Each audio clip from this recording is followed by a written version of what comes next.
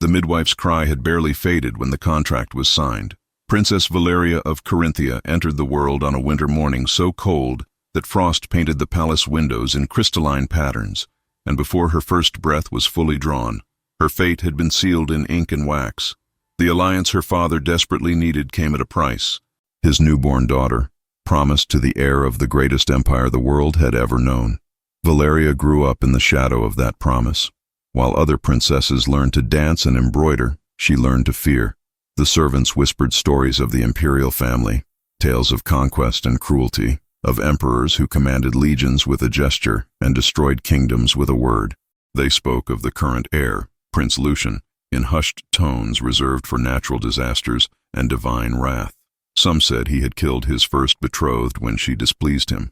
Others claimed he had never smiled, not once in all his years. Her nursemaid, Maris, was the only one who tried to comfort her.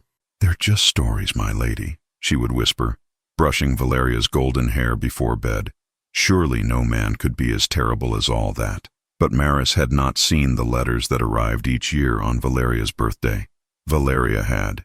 She had watched her father's hands tremble as he broke the imperial seals, had seen the color drain from his face as he read the updates. The empire was watching, waiting, counting down the years until their promised bride came of age. Maris had served Valeria since they were both children. She was only 2 years older, the daughter of a palace seamstress who had died bringing her into the world. The princess and the servant had grown up in adjacent worlds, Valeria in gilded chambers, Maris in the servants' quarters, but somehow they had become inseparable. Maris knew every one of Valeria's fears, every nightmare that woke her screaming in the dark. "What if he's cruel?" Valeria would ask, night after night. "What if he hurts me?" Maris never had an answer. What could she say? That everything would be well? That love might bloom in an arranged marriage to a man who had been raised to view people as chess pieces? The lies would have tasted bitter on her tongue. On Valeria's 21st birthday, the final summons arrived. The scroll was longer than the others, bound in purple silk and stamped with the emperor's personal seal. Valeria's father read it aloud in the throne room, his voice breaking on every other word. The wedding would take place in 3 months' time, at the imperial palace in Rome. The princess was to travel with a small retinue. The empire would suffer no delays. That night, Valeria did not sleep. She paced her chambers until dawn painted the sky in shades of rose and gold, her mind racing through impossible scenarios. She could refuse and watch her father's kingdom burn. She could flee and spend her life looking over her shoulder, knowing the empire's reach extended to every corner of the known world. She could beg, but the empire did not care for the tears of princesses. Or she could do something unthinkable. Maris found her at sunrise, standing at the window with a strange calm on her face. "My lady?" she ventured. "You should rest. The journey ahead will be long." "I'm not going," Valeria said simply. Maris's breath caught. "What do you mean? You must. The alliance—" "You're going in my place." The words hung in the air between them like a blade suspended over both their heads. Maris stared at her mistress, certain she had misheard. "My lady, I don't understand." "We're the same height," Valeria continued, her voice taking on a manic edge. "The same build. You've worn my clothes before when the seamstress needed to make alterations. Your hair is darker, but that can be explained. My mother's people have dark hair. You'll wear a veil. You'll speak my vows. You'll become the empress in my place. That's madness." Maris stumbled backward, shaking her head. "They'll know. They'll discover the deception and—" "They've never seen me," Valeria interrupted. "No portrait has ever been sent. My father insisted, said I should not be judged like livestock at auction. Don't you see? They're expecting a Corinthian princess, and that's what you'll give them. You've attended every lesson at my side. You know the history, the protocol, the languages. You can do this. And when they discover the truth," Maris's voice rose, "when the emperor learns he's been deceived, he'll execute me. He'll execute you. He'll march on Carinthia and slaughter everyone in the palace." Valeria's facade cracked, and suddenly she was on her knees, clutching Maris's hands with desperate strength. Tears streamed down her face, each one a small diamond of anguish. "Please," she whispered. "Please, Maris. I can't do this. I can't walk into that palace knowing I may never walk out." "You're brave. You've always been brave. You can survive this where I would wither and die. Please, I'm begging you." Maris looked down at the princess, her friend, the girl she had protected and served for as long as she could remember, and felt her resolve crumbling. She thought of all the nights she had held Valeria while she wept, all the times she had promised that somehow everything would be well. How could she refuse now? How could she let Valeria walk into what they both believed would be her destruction? "If I do this," Maris said slowly, her heart hammering against her ribs, "and if I survive, you must promise me something. Anything. Promise me that you'll use this time to become strong, to become the ruler your people need. Don't waste the chance I'm giving you." Valeria nodded frantically, pressing Maris's hands to her wet cheeks. "I swear it. I swear on everything holy and unholy. I'll make you proud. I'll make this sacrifice mean something." They had 3 months to prepare. 3 months for Maris to memorize every detail of Valeria's life, to practice her signature, to learn to walk and speak and hold herself as a princess would. The princess's handmaidens were told that Maris would accompany their lady to the empire as her personal servant, a half-truth that made the whole deception possible. Only Valeria's most trusted advisor knew the full extent of their plan, and he had agreed to help only because he feared the alternative more. The day of departure arrived too quickly. Maris stood in Valeria's chambers one final time, wearing a traveling cloak that obscured her features. Beneath it, she wore the princess's finest dress, carried the princess's jewels, bore the princess's name like a borrowed coat that didn't quite fit. "I'm terrified," she admitted. Valeria embraced her, and for a moment, they were just 2 frightened girls again, holding each other against the darkness. "So am I," the princess whispered, "but you're the bravest person I know. If anyone can survive the emperor's court, it's you." As the carriages rolled away from the palace, Maris looked back one final time. She saw Valeria standing at the highest window, one hand pressed against the glass. The princess was already fading into the distance, becoming memory and ghost. Maris turned forward, toward the road that would take her to Rome, to the empire, to a man who had been promised a princess and would receive a servant instead. Her hands trembled in her lap, but she forced them still. She was Princess Valeria of Corinthia now, and the real Princess Valeria was free, or so they both hoped. The journey to Rome took 6 weeks. 6 weeks of dusty roads and sleepless nights, of practicing signatures until Maris's hand cramped, of rehearsing stories about a childhood that wasn't hers. The princess's advisor, Lord Castor, traveled with them, a gray-haired man whose disapproval radiated from every pore, though he never spoke it aloud. He drilled her relentlessly on Corinthian history, on the names of nobles she should know, on the subtle gestures that marked nobility from common blood. "Your posture," he would snap during their evening sessions. "A princess does not slump. Your hands, fold them thus, never fidget. And for the gods' sake, stop looking at the servants as if they're your equals." That last instruction was the hardest. Maris had been a servant. She knew their invisible labor, their aching feet, their hunger. When a maid stumbled carrying water, Maris's instinct was to help. Lord Castor's cane rapped sharply against the carriage wall. Princess Valeria would ring for another servant to clean the mess, he said coldly. "Remember who you are supposed to be, girl. One slip, and we all hang." At night, alone in whatever inn or manor hosted them, Maris would stare at her reflection in polished metal. The face looking back was her own. Dark eyes, dark hair now oiled and arranged in elaborate Corinthian braids, skin that had seen more sun than a princess's should have. Would the emperor notice? Would he see through her performance in an instant? The imperial palace appeared on the horizon, like a fever dream made stone. It sprawled across 7 hills, a complex of marble temples and columned halls that seemed to touch the sky. As their carriages passed through the outer gates, Maris felt the weight of 1,000 eyes upon her. Courtiers lined the roads, their silk robes shimmering in the late afternoon sun, their faces masks of polite curiosity. "Smile," Lord Castor hissed beside her. "Look pleased to be here." Maris forced her lips to curve upward, though her heart hammered against her ribs like a caged bird. Somewhere in this vast palace was the man she was meant to marry, the emperor's heir, Prince Lucian, the figure from Valeria's nightmares, now to become Maris's husband. They were given 3 days to rest before the wedding, 3 days in a suite of rooms so opulent that Maris barely dared to breathe. Handmaidens appeared, imperial servants who bowed and scraped and called her "Your Highness," while their eyes assessed every detail. She could feel them judging, measuring, comparing her to whatever they had expected. The princess is tired from her journey, Lord Castor announced whenever their questions became too probing. "She requires rest." But rest would not come. Maris lay awake in a bed large enough for 6 people, staring at frescoes on the ceiling that depicted gods and heroes. She was neither. She was a servant playing at greatness, and sooner or later the performance would fail. The wedding was to be held at night under the full moon, an imperial tradition meant to invoke the blessing of Diana. Maris was bathed in perfumed water, her skin rubbed with oils that smelled of roses and myrrh. The handmaidens dressed her in layers of silk so fine it seemed woven from moonlight itself. The wedding dress was a masterwork of Corinthian and Roman styles merged, purple and gold, embroidered with symbols of both kingdoms.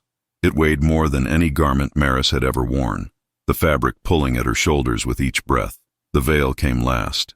It was tradition for imperial brides to remain veiled until the marriage was consummated, a symbol of modesty, they said, though Maris suspected it was more about control. The veil was sheer enough to see through, but it blurred her features, made her anonymous. Beneath it, she could be anyone. She could be a princess. The ceremony took place in the palace's moonlit gardens, where marble fountains caught the silver light and scattered it like liquid diamonds. Hundreds of courtiers attended, their faces a sea of jewels and judgment. Maris walked down a path lined with white roses, each step measured and careful, Lord Castor's warnings echoing in her mind. Don't stumble. Don't speak unless spoken to. Don't reveal yourself. And at the end of that flower-strewn path stood the Emperor's heir. Prince Lucian was not what Maris had expected. The stories had painted him as a monster, but the man waiting beneath the rose arbor was young, perhaps 30, no more, with dark hair and features that might have been handsome if they weren't so carefully blank. He wore imperial purple, a gold laurel crown upon his head, and his expression revealed nothing. Not pleasure, not displeasure, nothing at all.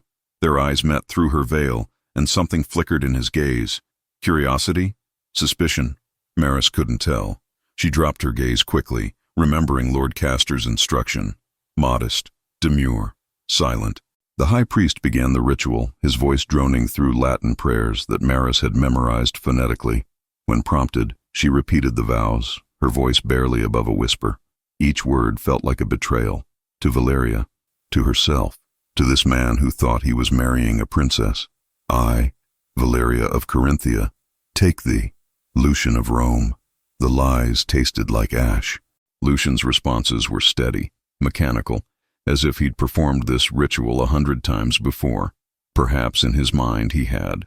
When the high priest instructed him to take her hand, his fingers were cool against hers, the touch brief, impersonal.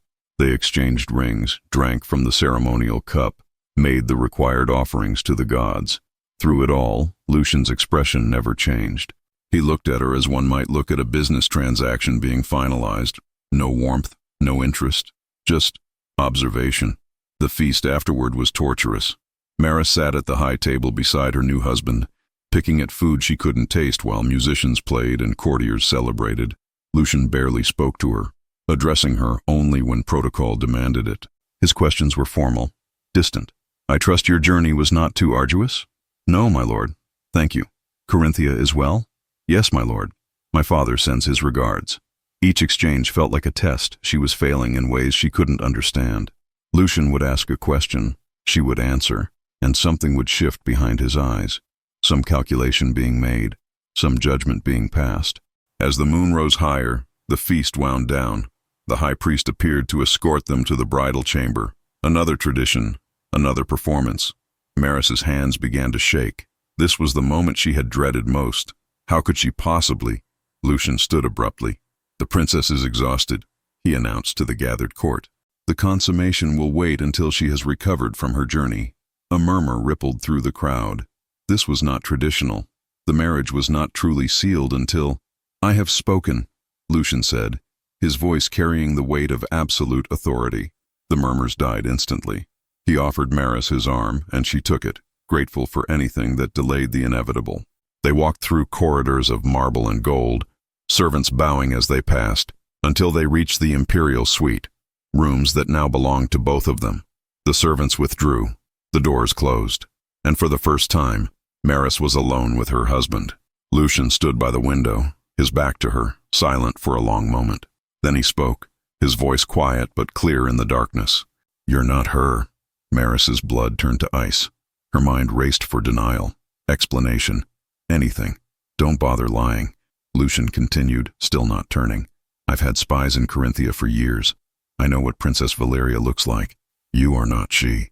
Maris sank to her knees, the heavy wedding dress pooling around her like a shroud. Please, she whispered. Please, my lord. I can explain. I don't require explanations tonight. He finally turned, and in the moonlight streaming through the window, his expression was unreadable. I require only one thing from you. Anything, my lord. Your silence. You will tell no one that I know. Not your advisor, not the princess who sent you, not anyone. In public, you are my wife, Princess Valeria of Corinthia. In private, he paused. In private, we will determine what you are. Why? The question escaped before she could stop it. Why don't you expose me? Execute me? I've deceived you. Deceived the Empire. For the first time since she'd met him, something like emotion crossed Lucian's face. It might have been amusement, or sadness, or something far more complicated. Because, he said softly, for the first time in my life, someone looked at me during our wedding ceremony with fear, yes, but also with humanity. Not ambition, not calculation. You looked at me as if I were a man, not a crown. He moved to the door that connected their chambers. Sleep well, Empress. Tomorrow your real trials begin. The door closed behind him, leaving Maris alone in the bridal chamber, still wearing her veil of lies, now bound to a man who knew her secret but kept it anyway. And she had no idea if that made him her savior or her executioner. The first week of Maris's new life passed in a haze of terror and confusion. Each morning, servants dressed her in silks that cost more than her mother had earned in a lifetime. Each afternoon, she attended court functions where nobles watched her with hungry eyes, searching for weakness. Each evening, she dined with Lucian in silence so profound it felt like a physical presence at the table. He never touched her, never demanded his marital rights, never even came close enough for their hands to accidentally brush. In public, he played his role with perfect precision, offering his arm when protocol required, speaking to her with distant courtesy, maintaining the fiction that she was his beloved empress. In private, he disappeared into his own chambers and left her to wrestle with her guilt alone. It was driving her mad. The court whispered constantly. Maris learned this quickly. They whispered that she was too quiet, too shy, too unlike the bold princesses who had tried and failed to catch Lucian's eye before his father had arranged this marriage. They whispered that the emperor's heir seemed unmoved by his bride, that the marriage bed remained cold, that perhaps Corinthia had sent a defective princess. If only they knew how right they were. On the 8th night, Lucian finally broke his silence. They were in the private dining room attached to their suite, a space small enough to be intimate but large enough to maintain distance. Maris had been picking at roasted pheasant while Lucian read dispatches, the scratch of his stylus against wax tablets the only sound between them. "Do you play strategy games?" he asked suddenly, setting down his stylus. Maris looked up, startled. "My lord?" "La Truncoli, the game of soldiers." He gestured to a board she'd noticed on a side table, its pieces carved from ivory and obsidian. "I thought we might play." It felt like a trap. Everything in this palace felt like a trap, but refusing would be worse than accepting. "I know the basic rules, my lord." "Good." He moved to set up the board, his movements precise and economical. "I find it clears the mind, and we should become better acquainted, don't you think? It's what married couples do." The irony in his voice was subtle but unmistakable. Maris took her seat across from him, her heart hammering. The game pieces gleamed in the lamplight, tiny warriors ready for battle. "White moves first," Lucian said, pushing the white pieces toward her. The aggressor's advantage. They played in silence for several moves. Maris had learned La Truncoli as a child. Servants often played it during their rare moments of leisure.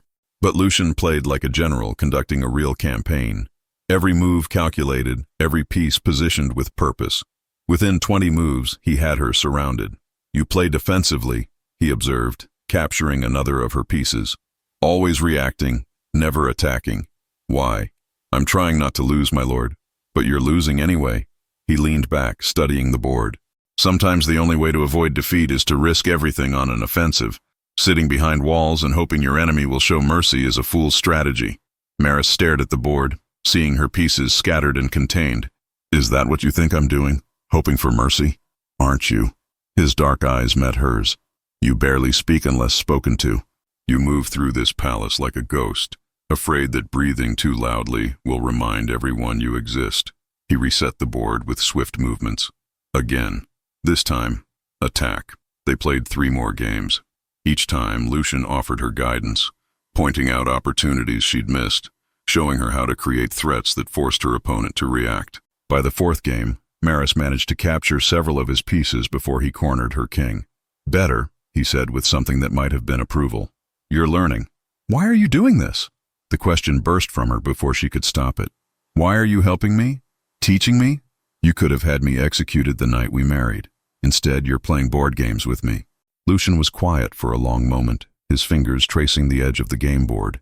When he finally spoke, his voice was softer than she'd ever heard it. When I was 7 years old, my father took me to watch an execution, a general who had failed him. The man begged for mercy, swore loyalty, offered everything he had. My father had him crucified anyway. Lucian's jaw tightened. That night, I asked my father why he'd killed a man who was willing to serve him. He said, because mercy is weakness, and weakness invites destruction. Better to be feared than loved. Maris felt cold despite the warmth of the room. What happened to you? I remembered. Lucian's smile was bitter. I became exactly what my father wanted. Calculating. Ruthless. I've ordered executions without flinching. I've crushed rebellions before they could form. I've negotiated treaties that favored Rome while making our enemies believe they'd won. He met her eyes. I became a perfect imperial heir, and I've been utterly alone since the day I understood what that meant. The confession hung between them like something fragile and dangerous. Maris didn't dare move, afraid that anything she said would shatter this moment of honesty. Then came the reports about Princess Valeria. Lucian continued. My spies told me everything. How she feared me, how she wept at night, how she dreaded our marriage as if it were her execution. His voice grew quieter, and I felt nothing.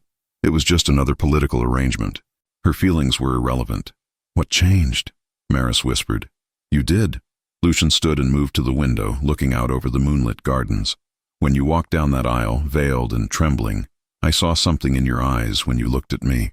Not hatred, not calculation, just fear, yes, but also a strange kind of courage, as if you'd already accepted whatever fate awaited you. I had, Maris admitted. I thought you would kill me. I should have. His voice was matter-of-fact. By every law of the Empire, I should have declared you an impostor and executed you as a warning to others. Why didn't you? Lucian returned to his seat, his expression unreadable once more. Because in that moment, I realized something. You looked at me as if I were a man who could choose mercy, not because you expected it, but because you hoped for it. And I suddenly wanted to be the man you hoped I was, rather than the man my father made me. Tears burned in Maris's eyes. I don't understand. You don't even know me. I'm nobody. Just a servant who sacrificed herself for someone she loved, Lucian interrupted. Who walked into the lion's den knowing she would likely die. That's not nobody, Maris. That's extraordinary. The sound of her real name on his lips made her gasp. How do you know? I have spies in Corinthia. Very good ones. He leaned forward. I know that you're the daughter of a seamstress, that you've served Princess Valeria since you were both children, that you're educated beyond your station because the princess insisted you attend her lessons, that you're kind to servants and absolutely terrified of thunderstorms.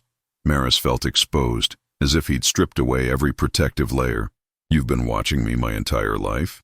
Only for the past 2 years, once the wedding date was set, I wanted to know who my bride would be.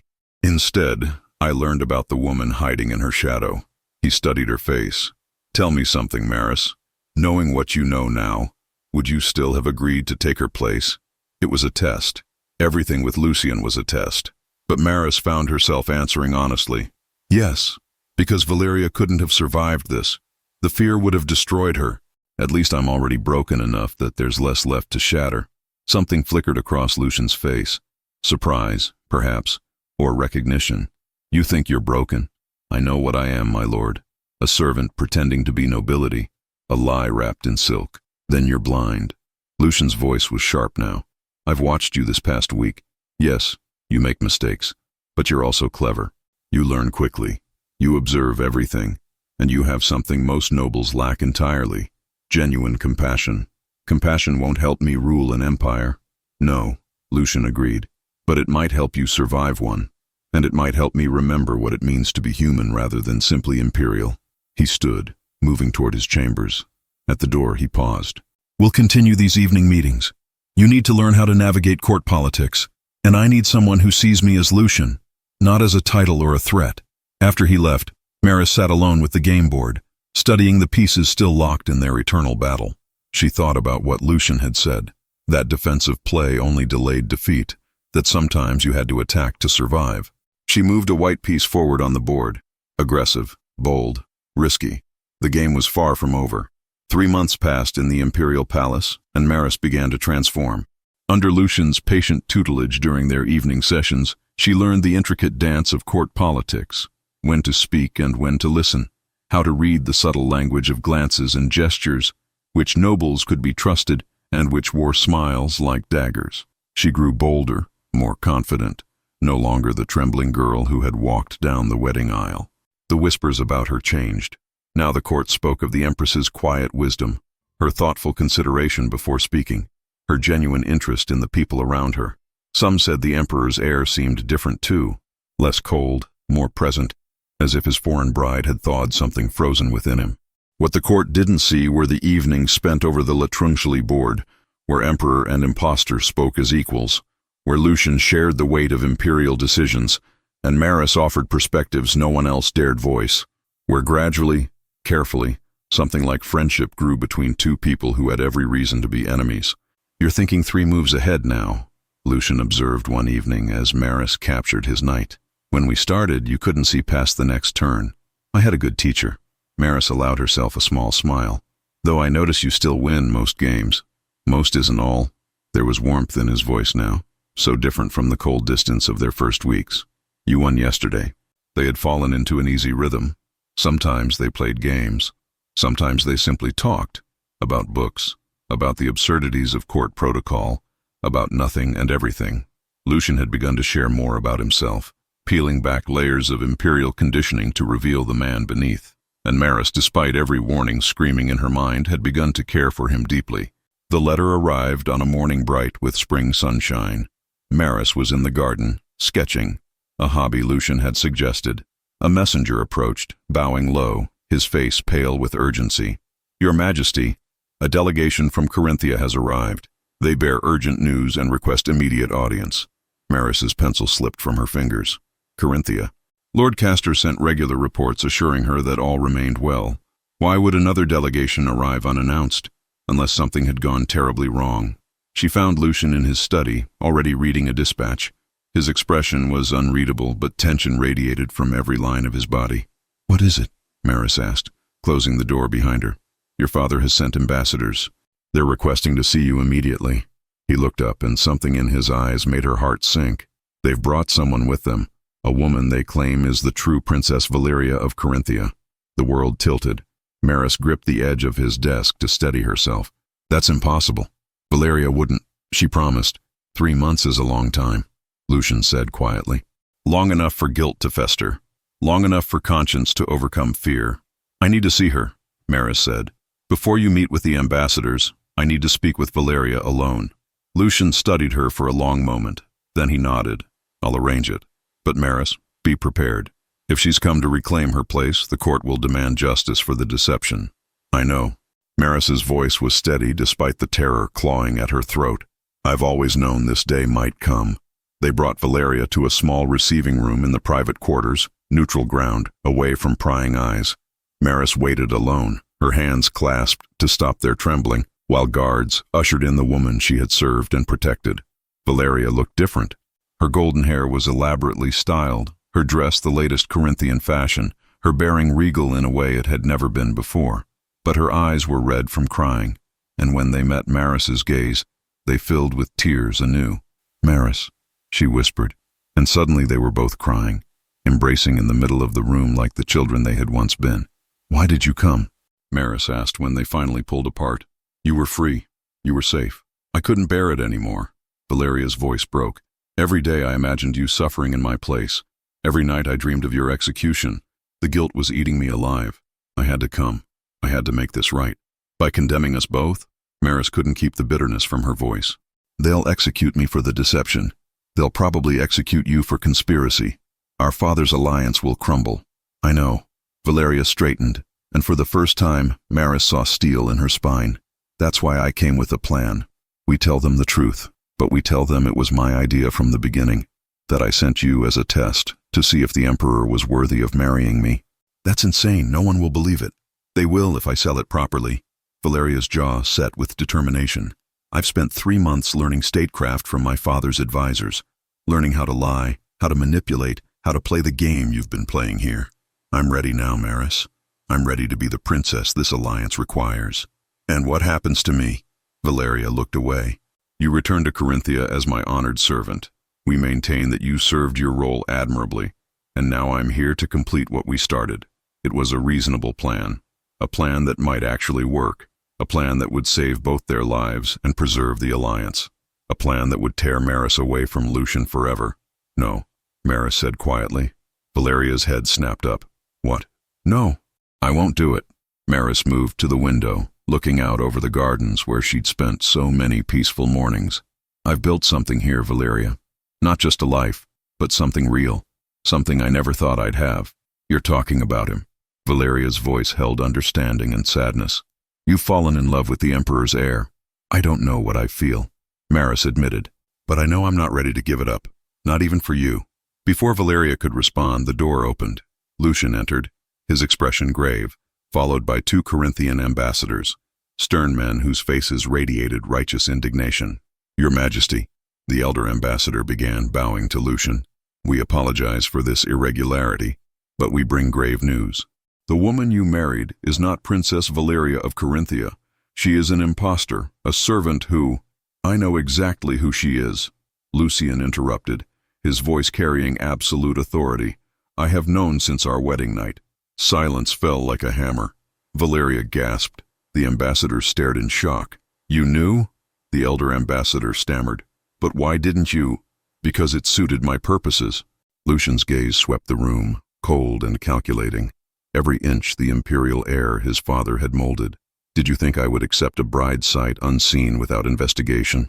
I had extensive intelligence on Princess Valeria. I knew she was weak, frightened, utterly unsuited to be empress. When her servant arrived instead, a woman of intelligence, courage, and genuine worth, I saw an opportunity. He moved to stand beside Maris, and though he didn't touch her, his presence was a shield. This woman has proven herself a capable empress. She has navigated court politics with grace, earned the respect of nobles who would have devoured a weaker personality and brought honor to both our houses. Why would I trade that for a princess who lacks the spine to face her own destiny? The words were brutal, each one striking Valeria like a physical blow. She swayed, her newfound confidence crumbling. Your Majesty, the ambassador tried again. The deception itself is an act of treason.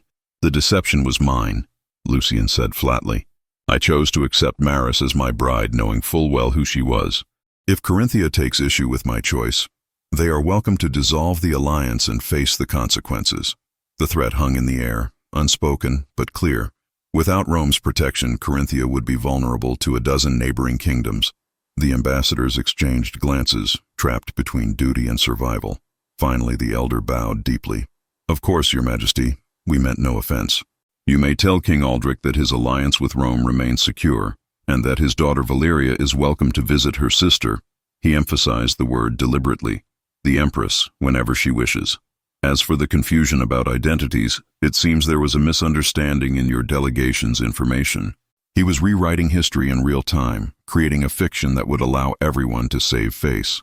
It was brilliant, it was ruthless. It was a lie built on their original lie, but one that might actually hold.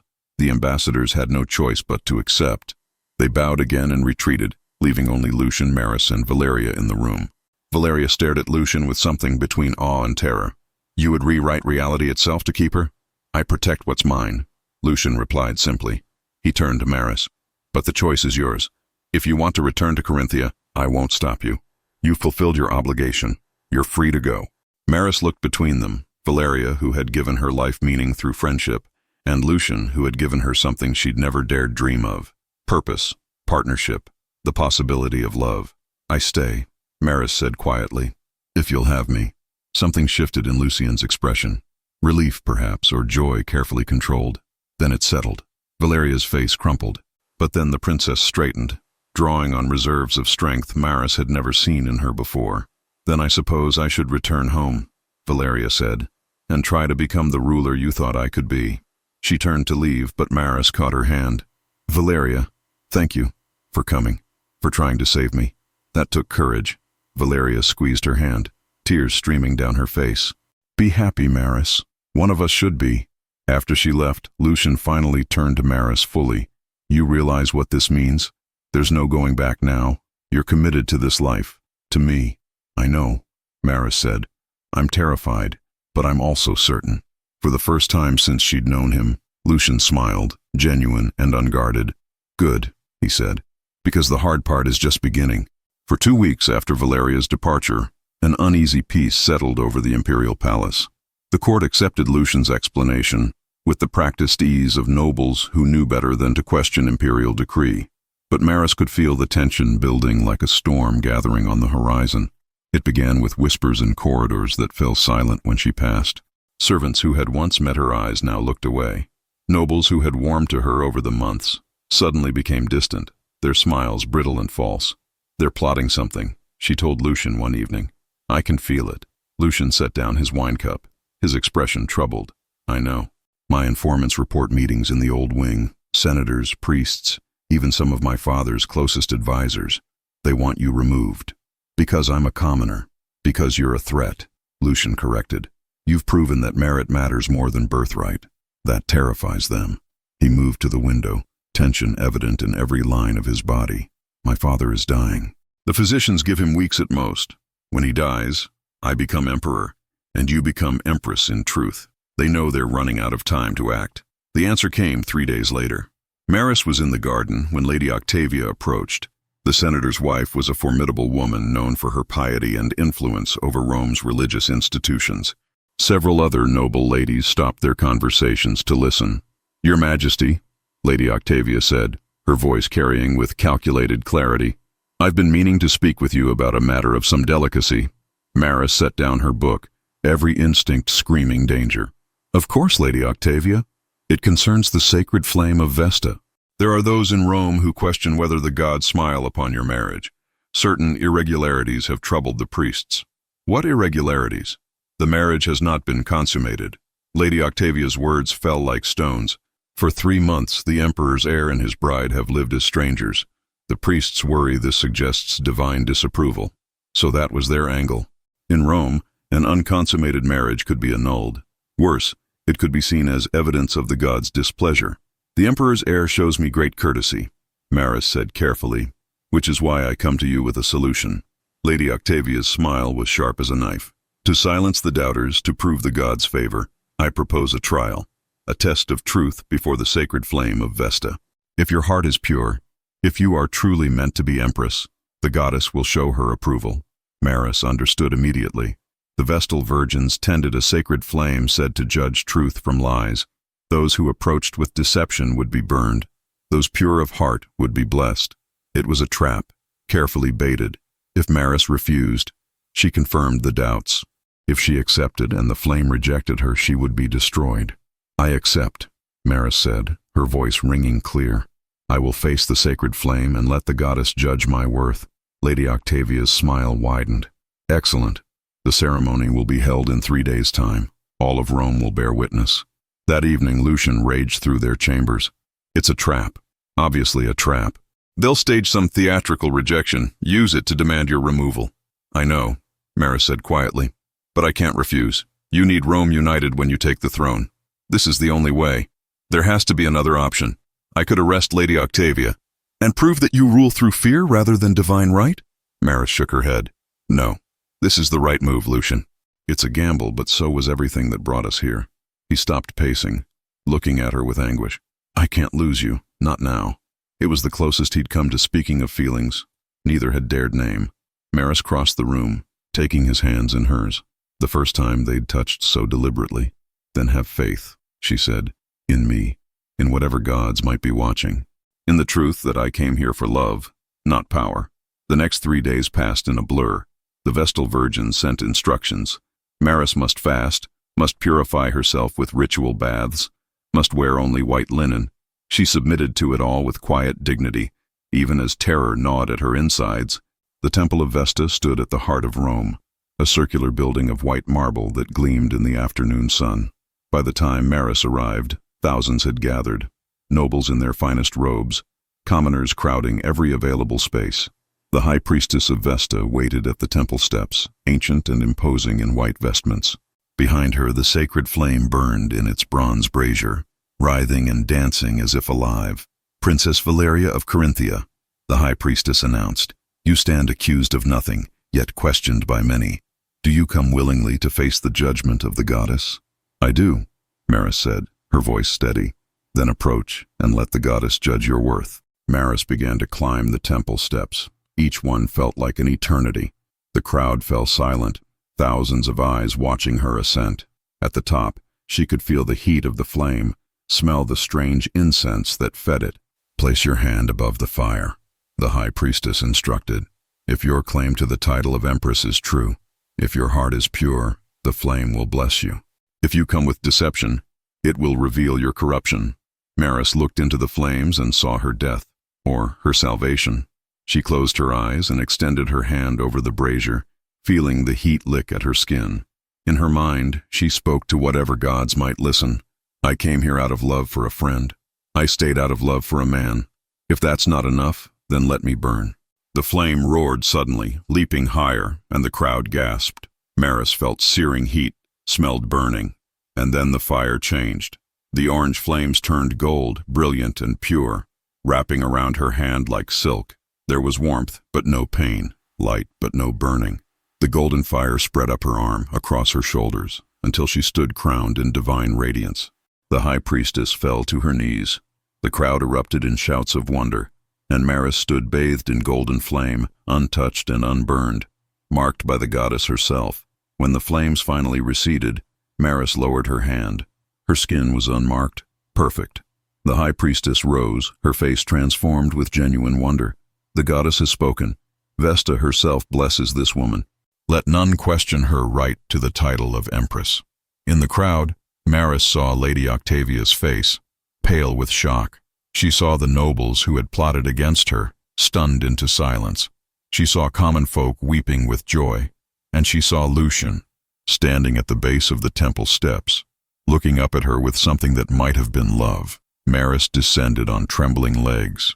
When she reached Lucian, he caught her hands and held them as if they were the most precious things in the world. "I told you to have faith," she whispered.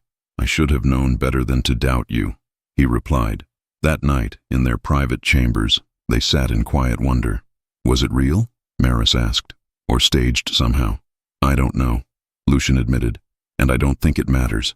Rome believes the gods chose you. That makes you untouchable. What happens now?"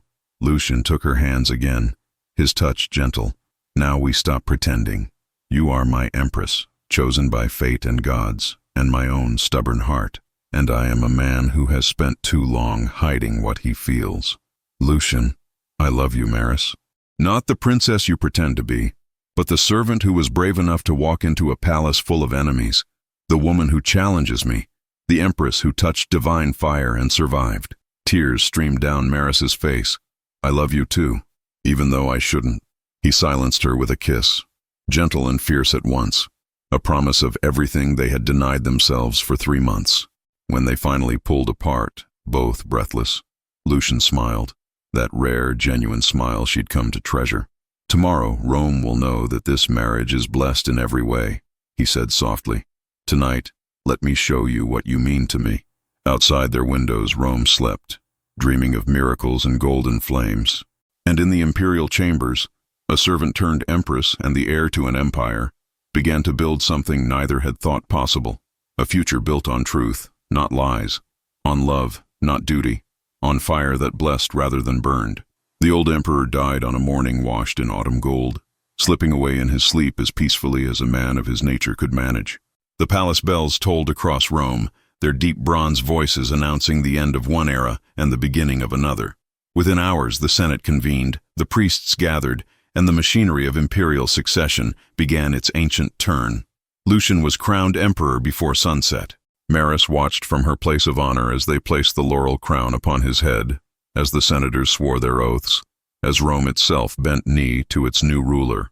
He looked every inch the emperor his father had shaped him to be, powerful, commanding, untouchable.